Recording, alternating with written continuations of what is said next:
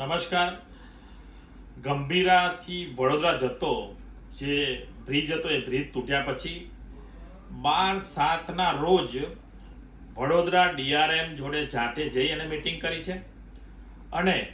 railway મંત્રી શ્રી અશ્વિની વૈષ્ણવજી ભારત સરકાર એમને પણ કાગળ લખીને વિનંતી કરી છે કે જે કઠાણાથી વડોદરા જતી જે ટ્રેન હતી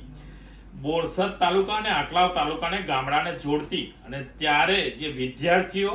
અને જે નોકરી કરવા જતા હતા એ બધા જ નાગરિકોને સુવિધા મળતી હતી એ ટ્રેન ફરીથી કઠાણાથી વડોદરાની શરૂ કરવા માટેની રજૂઆત રેલવે મંત્રી શ્રી અને આપણા મુખ્યમંત્રી આદરણીય ભૂપેન્દ્રભાઈ પટેલ સાહેબને, DRM શ્રીને, આપણા અધ્યક્ષ શ્રી CR પાટીલ સાહેબને બધાને મેં લેટર લખીને વિનંતી કરી છે અને મને પૂરી આશા છે